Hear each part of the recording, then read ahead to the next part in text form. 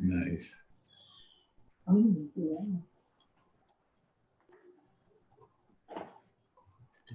okay. Now I see what that means.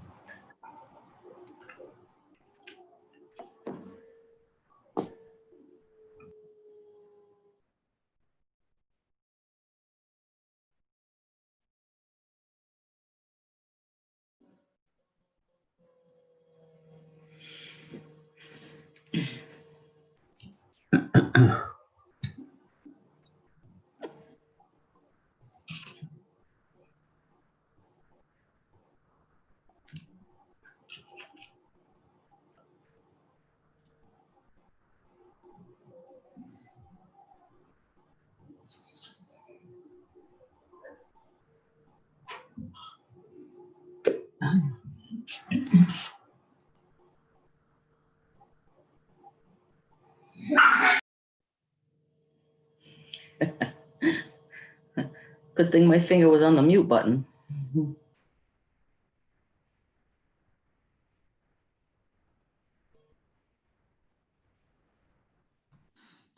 I'll pass along to Paul that we'll get underway without him.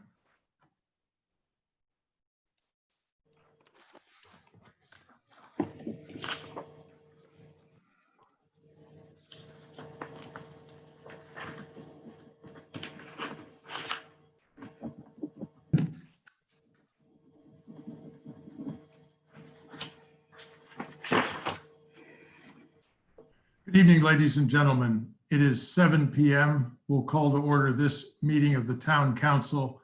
We have in attendance 4 of the councilors, Councilors Anderson, Mataronis, Moore, and Mushin.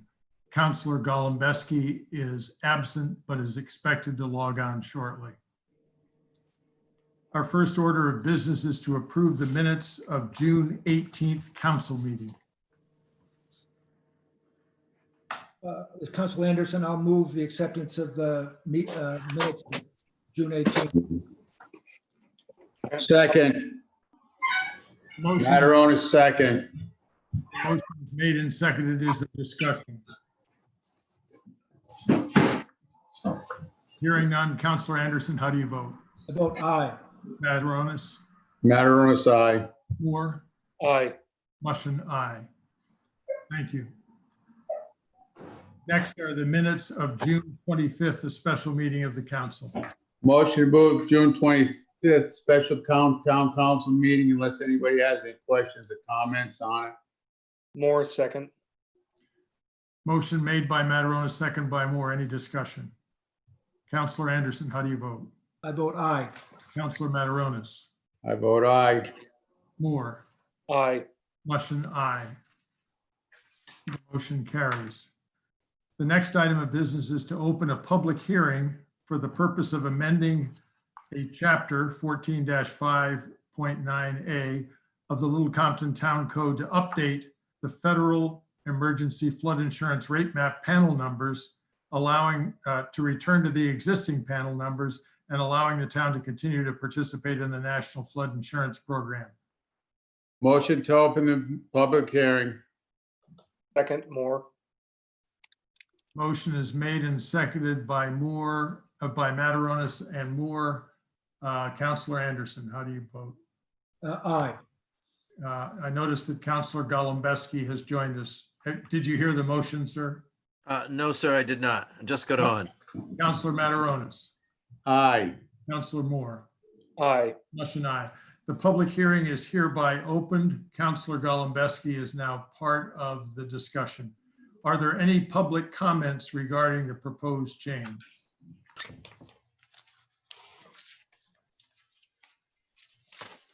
I see no hands. Is there any council question? Just to be clear, this Councilor Anderson, we're just reverting to the prior language. Yes. Changed it to different language. Now we're reverting back to the prior language. Is there a motion then to close the public hearing? Motion to close the public hearing, Mataronis. second, Moore, Is there discussion? Counselor Anderson, how do you vote? Aye. Counselor Golembeski, Aye. Counselor Mataronis, Aye. Moore, aye, Mushin, aye. The public hearing is hereby closed. Is there a motion to adopt the amendment? So moved. second, Moore, Counselor Golembeski moves and Counselor Moore seconds the motion to adopt the proposed amendment. Is there discussion? Counselor Anderson, how do you vote? I vote aye.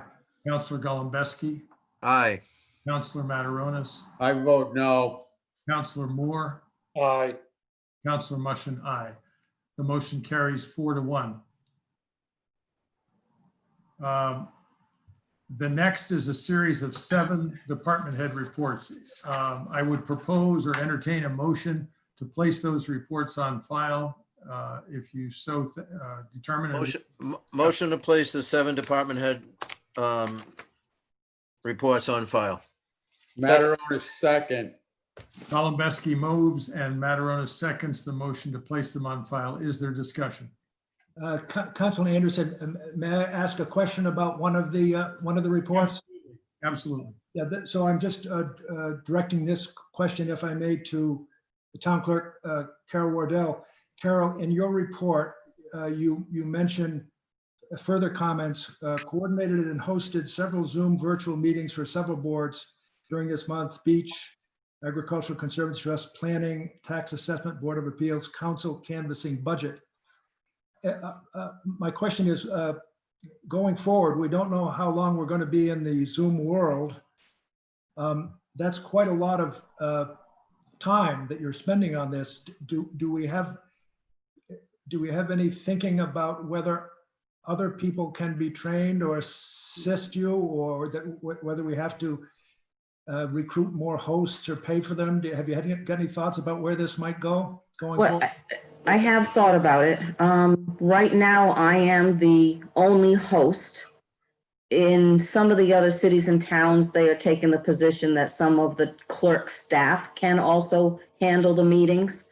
If I feel that it's going to go on too long, I will definitely have one or both of my staff members start taking over some of those other evening meetings. But in doing that, I will either have to pay them extra overtime or lose them in the office for the amount of hours that I have them in the evening. So I've been leery of taking that step until we know how long we're going to go with this process. And frankly, it may turn out that some form of live streaming or Zooming may remain after this. And if that's the case, I will probably make a suggestion that you hire a separate person just to handle those meetings. Well, I'm just concerned that, at a certain point, your own time, the time you're spending on this will add up. So please let us know if we have to deal with it in some other way. Okay. It's not manageable, but I'm dealing with it at the moment. Thank you.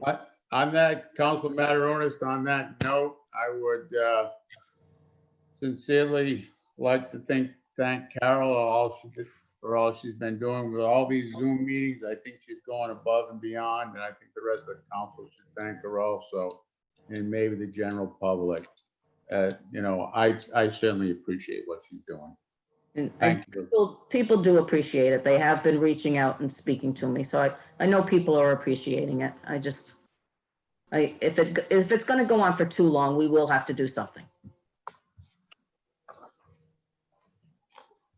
All right, the motion then, subject to any further questions on the package of 7 reports. The motion is to place these on file.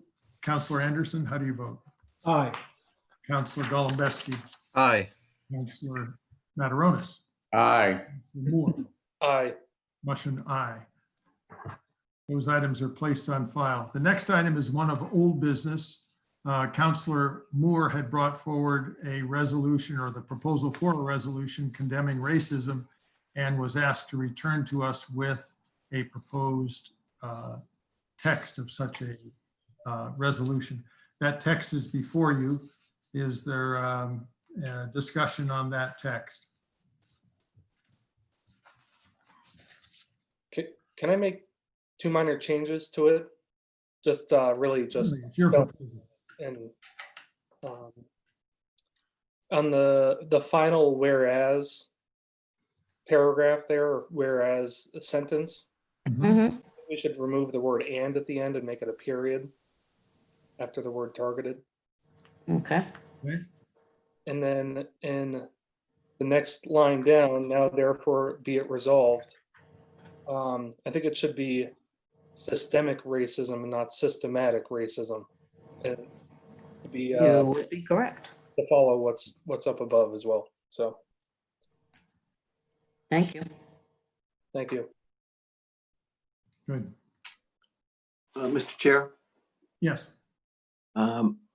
for some 30-some years, the town council has always recognized the Armenian flag on, I think, April 24th. So Right. this is absolutely consistent with that. Thank you. Motion to approve this, adopt this resolution, Mataronis.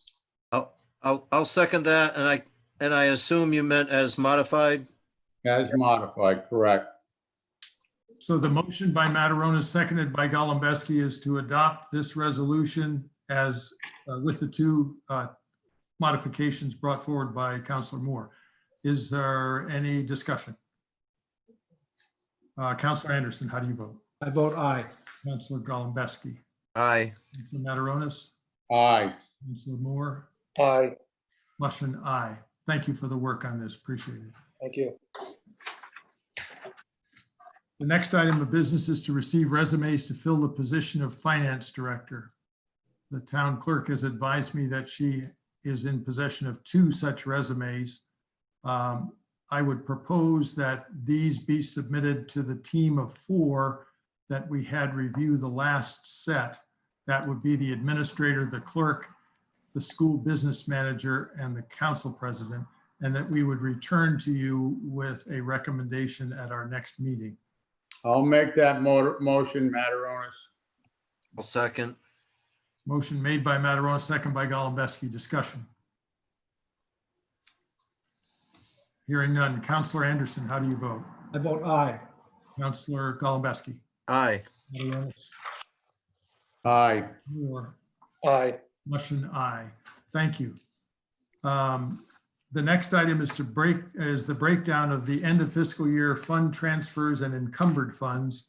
As you may recall, at our last meeting, I had a draft of this that looked substantially the same. There are a couple of different figures and a couple of additions of encumbrances, but this is the end of year finance changes, fund transfers, and encumbering that we are recommending. And I would seek a motion to approve this form. Mataronis motion to approve. I'll bark a second to that. Motion is made by Mataronis, second by Golembeski to approve for implementation the financial transfers. Is there further discussion? Councilor Anderson, how do you vote? I vote aye. Golembeski, Aye. Mataronis, Aye. Moore, Aye. motion aye. Thank you. The next item of business is communication from Councilor Anderson pertaining to the status of litigation styled Christina Carlson et al. Versus Town of Little Compton Town Council et al. And a case number. Councilor Anderson. So I pass this information along to the rest of the council. I had attended the March 6th hearing on this matter and talked briefly with Attorney Galvin at the time afterwards. And, the world changed after that. In reviewing the bills and so forth, I, noted our recent payment of bills to Mr. Galvin, to Judge Williams for arbitration. And I requested, and Mr. Mushin has since sent the correspondence from Mr. Galvin, the transcript for the hearing, which I appreciate. you're having done. So I had two concerns. One is that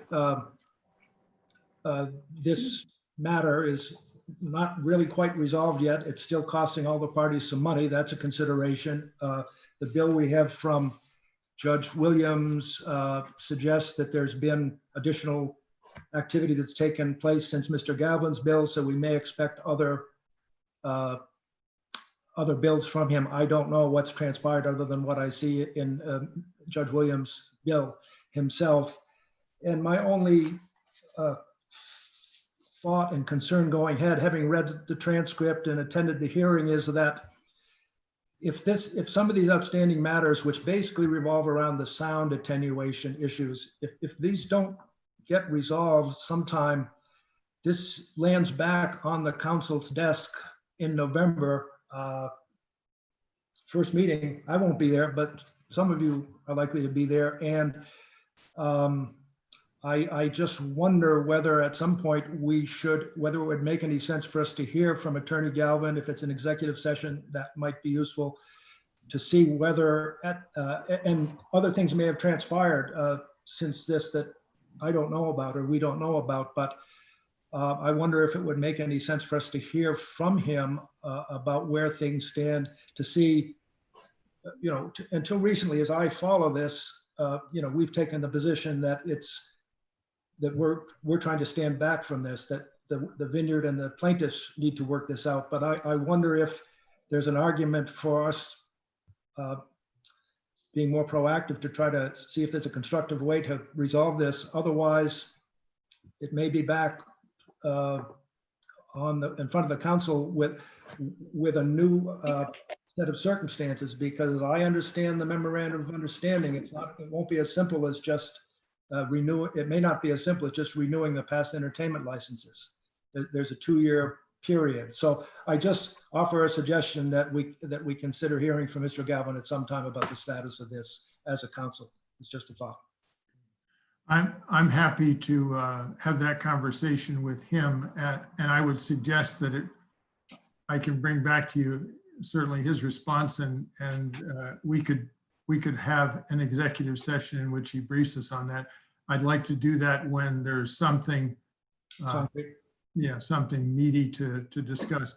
At this point, we've made the case that we consider ourselves to be not part of the ongoing things, and we've been told by the arbitrator that we are. So we're in a situation, as you described, that it's in transition, but I think we could learn something at the right point in time to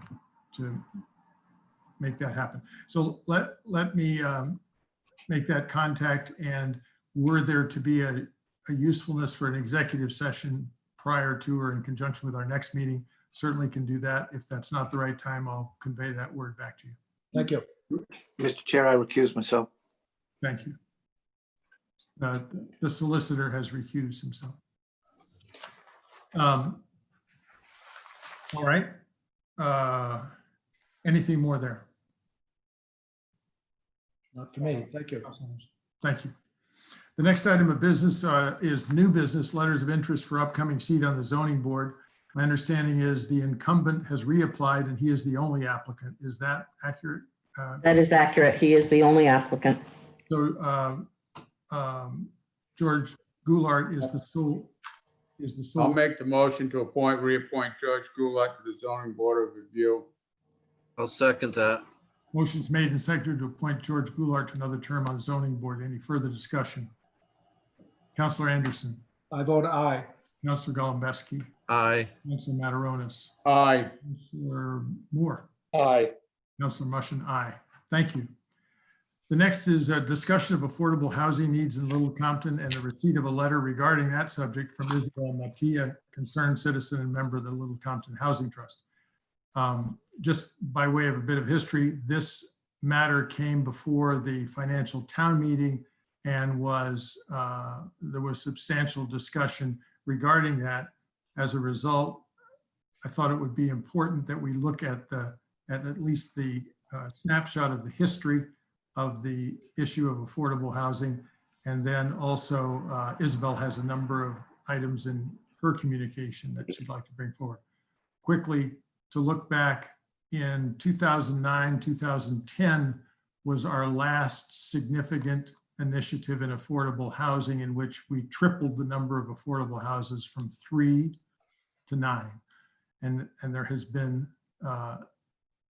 initiatives since then. They have not been successful at defining new affordable houses. The comprehensive plan tasks the council with participating in the legislative efforts to ensure that some of our ideas, which are different from the ideas, say, of a larger city in Rhode Island as to what's needed, get an opportunity to be heard. Quite specifically, among them are the fact that the 30-year encumbrance of the property is onerous and does not satisfy all of our needs. So we are looking to offer that as a potential change. The legislature has other things they're working on, including things that were of benefit to us. So that is not currently on their plate, but we are ready with that information when the time comes. About 2 years ago, September of 2018, we were faced with the state making a decision that our building fees would change so as to be similar to everyone else's building fees. We chose as a council at that point to say that the windfall that resulted from that, if that's the proper term to use, from that larger income would be set aside in a housing trust, which is where it resides. That figure is something between $30,000 and $40,000 now, and is the sort of funds that we have in mind as the council that implemented that change to the fee structure to fund affordable housing. The key thing that we continue to need is a plan or a way ahead that is to be crafted and approved. And that involves coordination between the Housing Trust and the town council. And that's what we need. Other questions? I'll ask Isabel for her comments if not. I see that you're on with us and would ask, ma'am, that you proceed with the comments that you'd have for us. Hi, yes, thank you. Can you hear me? Yes. Yeah, so I appreciate you starting off with that history. I think it's important, and I appreciate that. So I think, I sent you quite a long letter, and I don't really want to read the whole thing, but if I'm going to sum it up and also think about what I've been thinking about since I sent this letter and conversations I've been having with folks in town, I think there's sort of two main things that I'm looking at right now. One is to review, to ask the town council and all those named in the 2018 comprehensive plan to review, where they are on those action items that were set out in 2018. Some of them were short-term goals, some medium, and some long-term. So not all of them, necessarily were expected to be achieved by now, but I just think it would be a great thing to look at where we are on those projects. And as you said, and I agree with you, I think that we really do need to be, and once again, I do need to just acknowledge that I'm speaking not as a representative of the trust right now, because we haven't met and had a conversation about this. So this is coming from myself as a concerned citizen. But I will be bringing my concerns to the trust too. I agree with you that I think we need a more comprehensive plan that has a more strategic and proactive view on how to address housing affordability in general. I think that increasing our number of units is one aspect of that. I think 9 is still very far from where the state wants us to be, and also I think it's better than that. I laid out some goals that I personally think would be really important for a strategic plan to focus on. To sort of summarize them quickly, I'm interested in our town working on increasing diversity, on increasing the number of year-round families in town, or at least the proportion of year-round families in relationship to seasonal residents. I think that is going to actually solidify our economy in general as a community in a way that's going to be more sustainable for the future. I'm interested in elders having a manageable place to retire to. This wasn't in my original email, but I apologize for neglecting to add it in my first email, but I am very interested in making sure we have affordable and accessible living for people with special needs and disabilities. I also it's of concern to me that we make sure that we have housing opportunities for people who are working in our farm and fishing industries. I think those are like two of our really defining industries in this town. And I want to make sure that that the people who make up the backbone of our town identity are able to live, work, and participate in our community. I mean, we could add some other industries to that as well, like the people who work in our in Wilbur's store, and all the people that make our community what it is. I want to make sure that they can live here. And then I also want to address our cost burden, where many of our existing renters and homeowners are considered cost burdened, where 30% of their income is over 30% of their income, I'm sorry, is leaning towards housing. So I think if we did a strategic plan, and specifically, I want to see that plan be a collaborative effort between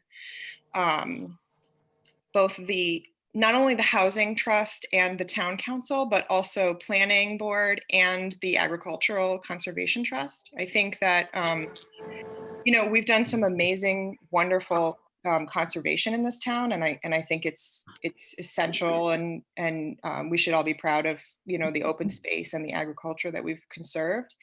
But I'd like to see just a little bit more collaboration and strategy as we move forward, thinking about the way our town is going to be and be used, for future generations, so that those boards are communicating with each other and making sure that the way that we develop and don't develop land is in service of the strategy of our town as we see, building a sustainable future for our community. So, and I think that's something that would be laid out in a strategic housing plan. That's sort of more of a comprehensive, overarching strategic housing affordability plan. And I don't know if that's something that the town council would commission or the housing trust would commission. That's something I'd love clarity on. But I do think it should be collaborative. So I guess that sort of sums up where I'm at right now for all of you. I hope that's clear. Counselor Moore. Yeah, just first off, Isabel, thank you for bringing this up, not just at town meeting last week, but also showing up to the town council meeting and continuing to talk. Not an easy position to be in. So I commend you for that. And I agree with you. I think the conversation around affordability in town isn't just about affordable housing, but it's what we want our community to look like in the future. So I think we need to keep having this conversation and acting on it. I will say, I think that I personally, as a council member and as liaison to the Housing Trust, I support your proposal to create a strategic plan for affordable housing in Little Compton. But I think it would be important for the Housing Trust to start that conversation, and I think to be the driving force behind it. I can't speak for the rest of the council members, but I believe that the council would be in support of signing on to a strategic plan and like supporting the effort of the trust to come up with that plan. And I think that the funding for that would also come from the Housing Trust budget, which they can spend up to $6,000 this year from the trust fund. So I think that the trust would have to approve that and be the driving force behind getting that done. And I'm happy and willing and able to support you on that. On the trust side. So that's it. Could I speak to this, Councilor Anderson? Yes. Again, thanks, Isabel, for all your work on this and for bringing some attention to this issue. I today reviewed a question that came up for me in terms of responsibility here. In addition to the material you provided about the comprehensive plan and so forth, I looked at the authority of the Housing Trust as it's described by town ordinance and in our charter. And the powers of the trust described in the ordinance the council adopted some 15 years ago, as I look at it, are on their face in the ordinance are quite broad and extensive. However, when I looked at the charter and then looked at the language that was adopted a couple of years ago when the council acted to devote some of these building permit funds to the Housing Trust, it seemed to me there was a little bit of inconsistency in some of that authority. So I think that's one area that deserves some review by the Housing Trust and perhaps some legal review to make sure that the authority of the Housing Trust is consistently described in these different legal actions the town has taken. But my impression reading that is that the Housing Trust, which, and I know the members have been frustrated for one way or other over the time it's been in business, many of the members, which has created problems with membership turnover, forums, a consistent effort. But I do think, as Andrew suggests, that the Housing Trust has quite a bit of authority to pursue a plan, to approach other boards like the council and the trust. And I think you have started a process that would be most effective, if and when you can get the whole Housing Trust behind it as a program. So, I'd urge as I look at this, my thought is that the next stop is to see if the Housing Trust will tackle this in a comprehensive way, and then bring things back as you think needed to other boards, including the council. But I would suggest that that's the next stop for this effort. Mr. Chair. Yes, Solicitor. So a couple things. One, 12 years ago, you were the leader on the Housing Trust issues, and you were successful to some extent, but you remain a relentless advocate for the Housing Trust, one. And two, to speak with Isabel's other concern, was you've also tried to advocate that we need to maintain whatever small businesses we have in the town. And you talked to me about that on a weekly basis, if not more. So I think that we're on the right track. I think that Mr. Anderson makes some good points, but I think that you should be the lead on this because it's foremost in your mind all the time. Thank you. Can we say then that Councilor Moore will take this matter back to the Housing Trust with an emphasis as to their role, and that we would continue to look at the strategic picture while we're waiting for the particulars of a plan to develop, including perhaps the need for somebody to help us write that plan, and then keep it on the front burner, if you will, for the reasons that Isabella cited. It's a, farmer, fisherman, laborer, worker in the store, those kinds of people that it can benefit. If I may, sir? Yeah. One of the big concerns we had when we were setting this all up was our seniors, being able to keep the seniors in town. Out of the 39 cities and towns, we're the one with the highest percentage of the elderly. So one of the concerns I'd like to make sure that gets addressed is being able to make some kind of incentive to keep our seniors from having to move out of their homes or sell their homes because they can't afford to stay here anymore. I just want that as one of the concerns on the plate for this whole setup. I used to joke about being the youngest member in the council, but Andrew knocked me out of that spot. So we're all approaching that age, and sooner than we expect. I just want to make sure that doesn't get misplaced. That's all. That is, that's in my letter, and I agree with you. I think that's a paramount concern to me, at least. Certainly, I want to see us being a multi-generational community, and also a community that values people, in all the income brackets, from the very lowest, all the way through. So I think that's really essential to the diversity and the sustainability of our town. Thank you. One more thing, and the state thrust this upon us, and in all actuality, we needed to hear it. We needed it thrust at us. But unfortunately, I feel like they thrust a square peg at us and told us to drive it in a round hole. It doesn't fit the general outline of what they've sent for us to do. Doesn't fit with the rural communities, and adapting to that has always been the struggle. But I think if we succeed in what's being suggested we might do, we can go back with, here's at least a counter proposal, if it turns out to be such a thing, that we can then take forward and try to make it part of the plan instead of be, like you say, a round peg, square hole situation.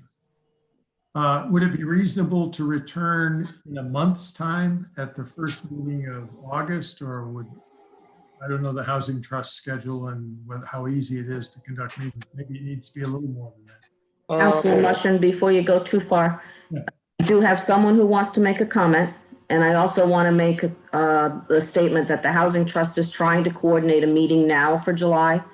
Potentially either the 16th or the 30th, but they are trying to pull together a meeting in the next few weeks. Okay.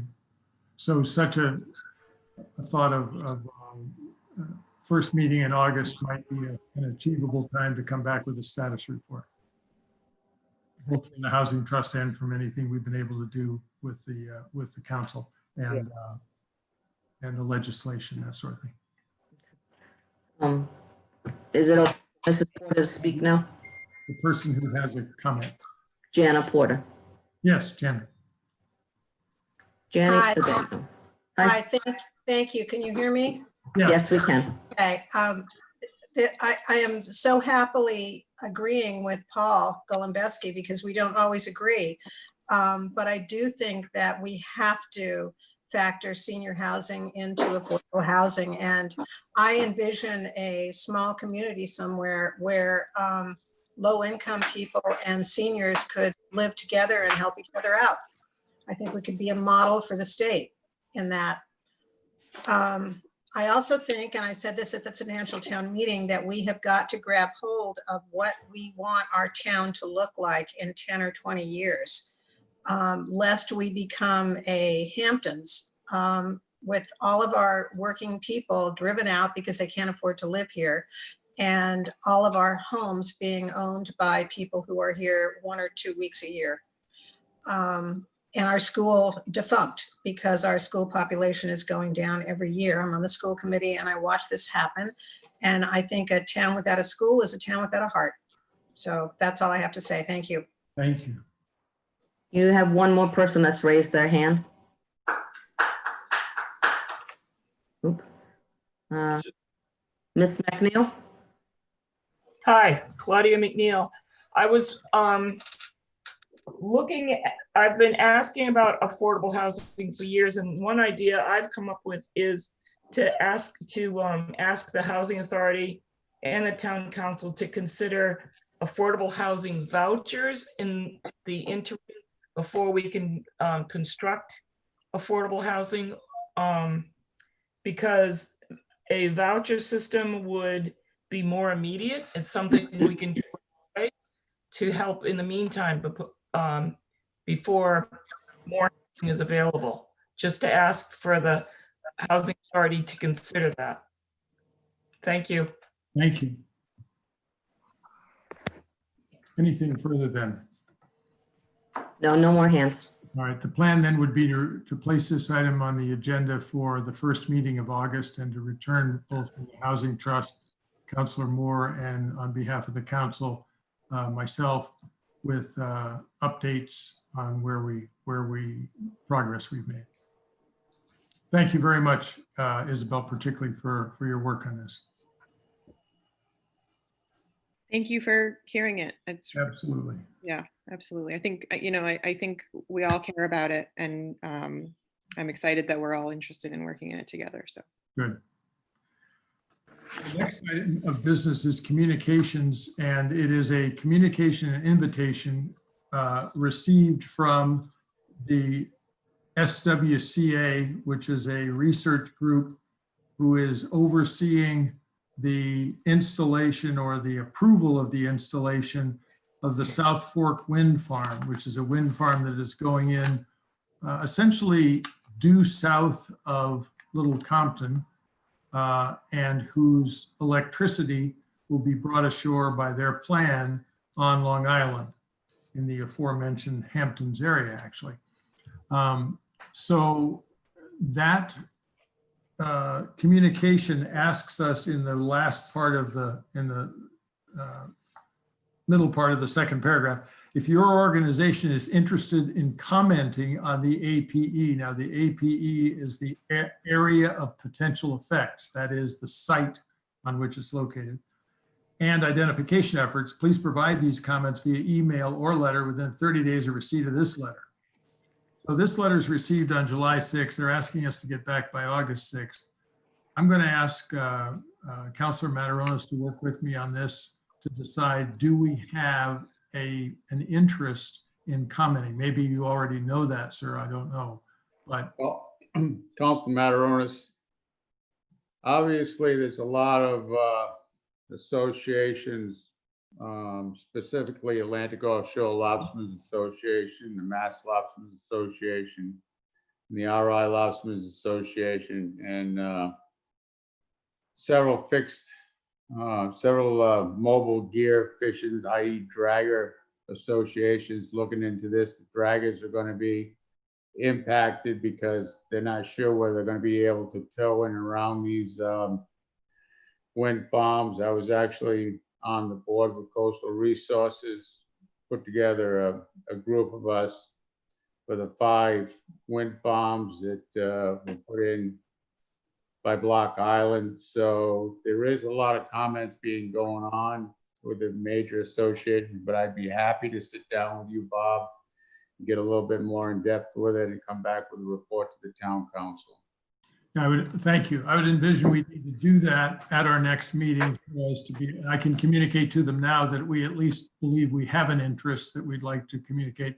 I don't have any data or issues to report, but perhaps we could do that. So I'd entertain a motion that myself and Councilor Mataronis join to develop a position paper, a statement of interest that we can convey to SWCA to document our interest in at least as a placeholder. I'll make that motion, Mataronis. I'll second it. Motion made by Mataronis, second by Golembeski. Discussion. This is Councilor Anderson. Yes. I do think, as I tried to sort through this, and I think the issue that is presented to us at this point is fairly narrow in terms of the Historic Preservation Act, and our role in this seems to be basically the view shed, and there's more information. So but having said that, even if we don't have too much to comment on immediately, I do think we want to make sure to keep our oar in the water, that we're still in the loop, the information loop, that we, as you say, to maintain a placeholder in the process going forward, because there'll be more shoes to drop down the road, and we want to have a opportunity to speak up if there are other and perhaps more substantial things that affect us. Yes, exactly. I think that's, if we can get that stake in the ground, that would be to our advantage. Any further discussion? Mr. Chair? Yeah. I work on this project every day. As Gary Mataronis will tell you, there's certain pieces of the ocean that are historically not owned, but used by certain trawlers, fishermen, lobstermen, etc. When you stick a stick in a stream, it changes the current. The fish are quite concerned about the sound. This is a huge problem. So I couldn't have a better guy involved with it than Gary Mataronis. Thank you. Thank you. Councilor Anderson, how do you vote? I vote aye. and Counselor Golembeski, Aye. Counselor Mataronis, Aye. Counselor Moore. Aye. Motion aye. Thank you. The next item is a letter from Marty Fisher expressing a desire to establish a community garden. If you're not aware, Marty and Dick Fisher are the impetus behind and I'll say caretakers for, maybe they wouldn't want that sobriquet, but anyway, they're of the two vegetable flower beds that are outside the community center.